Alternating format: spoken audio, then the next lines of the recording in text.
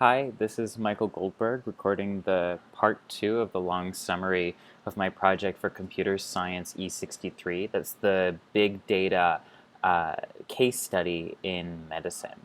So we have here my RStudio window, which you can see here on the left.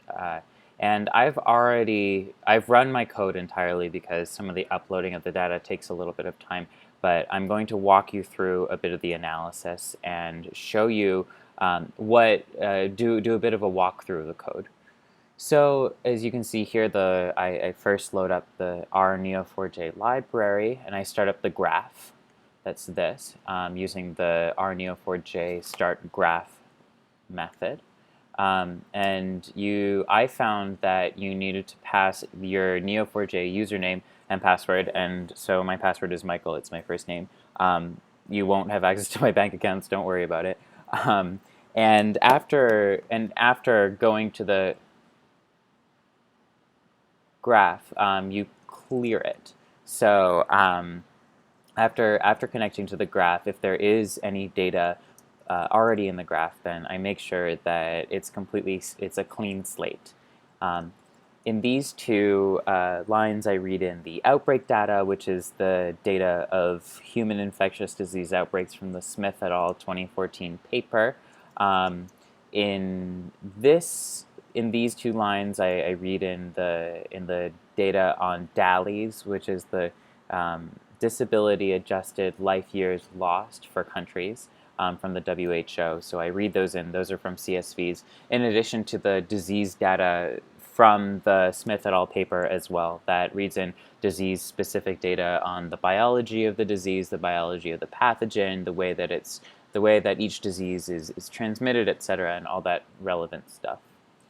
So after some basic basic data editing, which I won't really go into too much, effectively what happened was there are slight discrepancies between the country naming.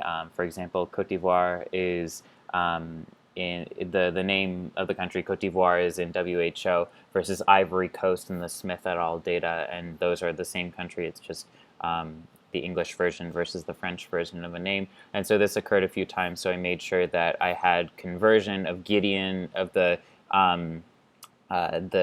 outbreak data to WHO data and vice versa to make sure that we had 100% concurrence.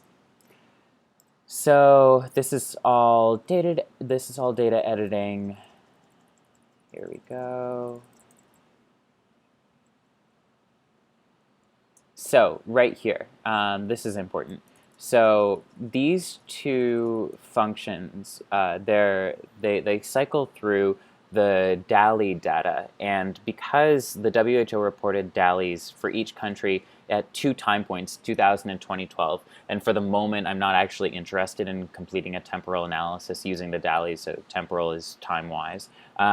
What I did was I just found the average of the two values for each country and set that as the single DALY lost per year value for each country, just to make analysis a little bit more simple. And then after calculating those average values for the DALYs for each country, I organized all of that data into a frame, a new data frame right here, as you can see, with the country, the DALYs lost due to all causes of not just diseases, and the DALYs lost due to infectious disease in general. And so these could be used for future analyses to look at the burden of disease versus the burden of health in general, and the way that the outbreak data sort of lines up with that. But I haven't done that for this. So here we go. Here's the first real Neo4j specific. The first specific line for Neo4j, and so that's add constraint. And so add constraint is a method in R Neo4j that adds a specification on a Neo4j graph. And so what it does is it makes sure that all nodes in a graph of a particular type that there's a unique value. So in this, what I say is add the constraint to the graph on hand that all nodes of type country must have a unique country name. So the graph here is specified as it is above, the node of type country. And so I say that the data field within that node called country, it's what we're going to call the country name, there can only be one node for each country name. Great. So creating the country nodes uses another is a good example of how to create nodes in a Neo4j database, in a Neo4j graph using our Neo4j. So there is a method in our Neo4j called create node, which does, as you might expect, create a node in a particular graph of a type, and so we are creating nodes of type country, and for each one of these, we are putting in the data fields country, which is the country name, DALI all, which are the DALIs lost for that particular country due to any cause, and the DALI infectious disease, DALI ID. And so those are stored as numeric values. The country name is a character. It's just a string. And what I've done here is I've used an apply function, which cycles through, after specifying this one right here, it cycles through every single row in a table. And this table is the input table for DALIs. It cycles through every single row, and for each row completes a function. And this function is create the node. In addition, what's nice about the apply function is that it also spits out the references to each one of these nodes, because that's the output of the create node function, such that if I wanted to, I could reference these nodes in the country node object. Great.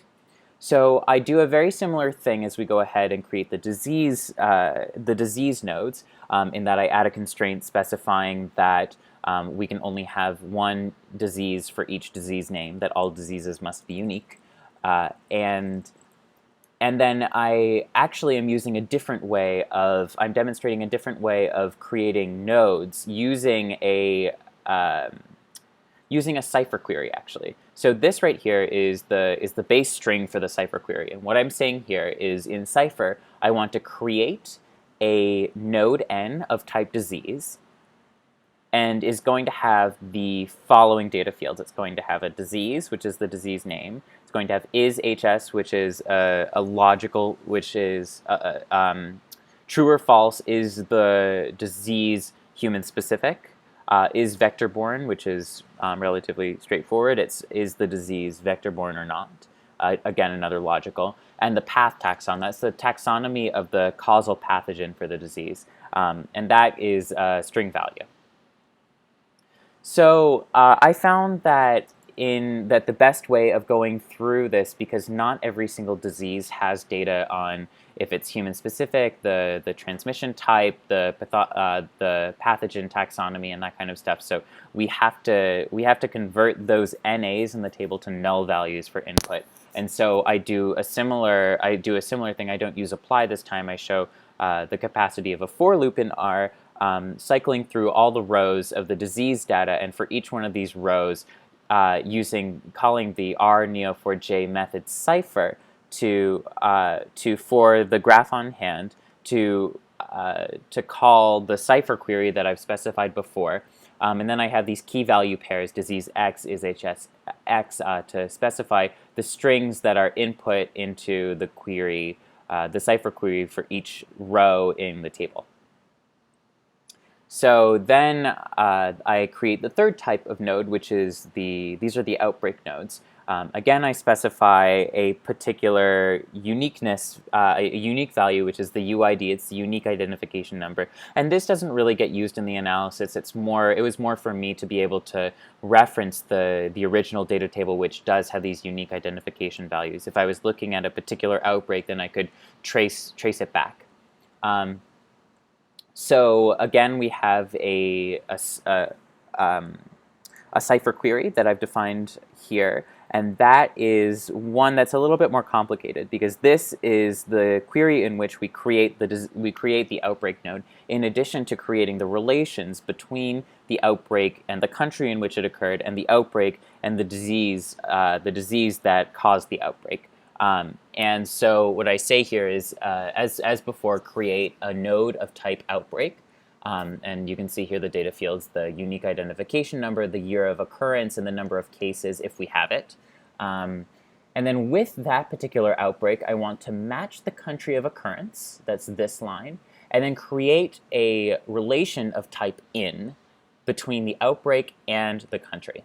Again, with that outbreak, again, going back to the outbreak node, I want to find the disease that cause the outbreak and create another relation, but this time of type between the outbreak and the disease.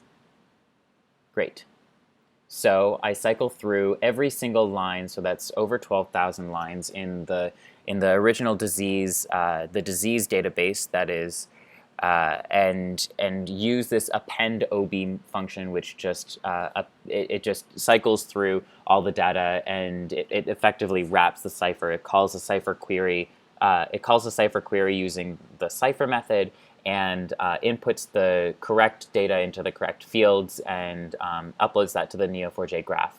And then finally, I have here an apply method, which, as we saw above, cycles through all the rows in a particular table. And this time, I actually am not storing the nodes themselves. It just sort of is how it worked this time. And there is some functionality issues with the conversion of character and numeric and that kind of stuff. So, so that's what I've done.